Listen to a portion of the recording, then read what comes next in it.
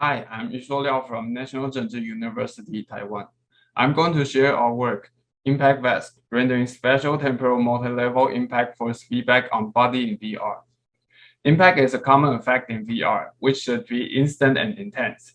Unlike hands or heads, the body or torso has a larger surface area, so users can perceive impact at different levels and with different spatial and temporal combinations, which is still not explored. Therefore, we propose ImpactVest with a 3x3 impactor array to render spatial-temporal multi-level impact on the body. Previous works used motor pushing or propeller thrusting to generate force feedback or simulate impact, but such feedback with gradual force increasing is still different from instant and intense impact. EMS, jets of airflow, and elastic force are used to produce instant impact on users' hands, and limbs, but they do not focus on impact patterns on the body. For on-body haptic feedback, current methods or commercial products have explored spatial-temporal haptic patterns using vibrotactile motors, pneumatic actuations, or electro-simulation.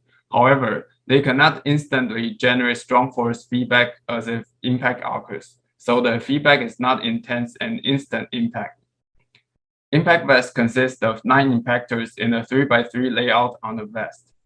The impactor design concept is based on our previous work, elastic impact.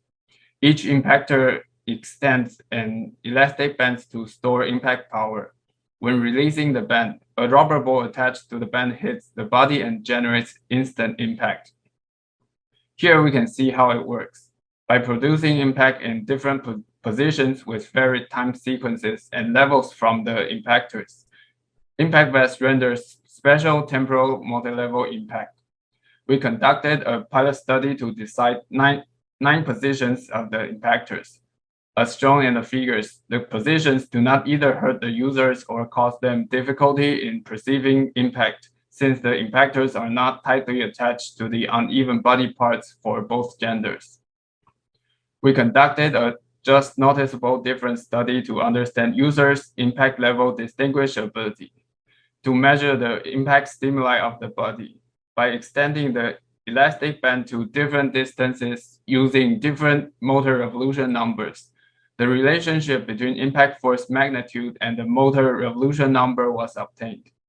0.9 Newton and 3.1 Newton were the lower and upper bounds of the study. Since the perception could be various at different areas on the body, we found that the most and the least sensitive positions of the 9 impactors for both genders in the pilot study. Therefore, we performed the gender study in these positions respectively to obtain the distinguishability in the best and worst cases as shown in the figure using a 1-up, 2-down staircase design with 8 reversals for each staircase run. The results show that no significant difference is found between the best and worst cases, and the change of the impact force magnitude was at least 0.942 Newton, which means 47.1% higher or lower than the current impact force to clearly distinguish the difference. Therefore, the 3 impact levels, 1 Newton, 2 Newton, and 3 Newton are used in ImpactVest. Different time intervals between impact stimuli makes users perceive different impact feedback. Based on tactile brush, we define simultaneous, continuous, or discrete impact stimuli via time thresholds, T1 and T2, which also represent the time interval lower and upper bounds for continuous impact. We performed another gender study similar to the previous one to obtain the thresholds. Since there are 5 different distances between any 2 impactors in the impactor array, 10 staircase runs were performed. The results show that all upper bounds are significantly higher than the corresponding lower bounds, and no significant difference is revealed among distances in either lower bound or upper bound. The average lower and upper bounds, T1 and T2, were obtained. We averaged the highest lower bound and the lowest upper bound, and obtained the time interval 47.22 milliseconds between stimuli for the continuous impact. We performed a VR experience study to observe how different spatial-temporal multi-level impact patterns affect users' VR experiences. We use FSR sensors to calibrate and compensate for the delays among the impactors and impact levels. The ERM vibration motors were similar weight to our impactors were used for the comparison. 7 attacks were performed in VR. The attacks included a single impact point with different levels from shots and a punch, spatial-temporal impact patterns from slashes, and special impact patterns from a punch and explosion. The results show that the impact from ImpactVest outperforms the simulated impact feedback from vibrotactile actuators for the shot and slash, but have similar performance for the punch and explosion. The penetrating sensation from ImpactVest was appreciated in shots and slashes.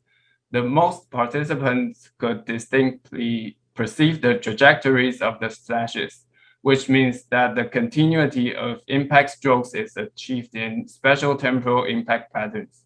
However, for special impact patterns from the punch and explosion, some participants said that the impact from ImpactVest feel like several impact points instead of a whole integrated large impact.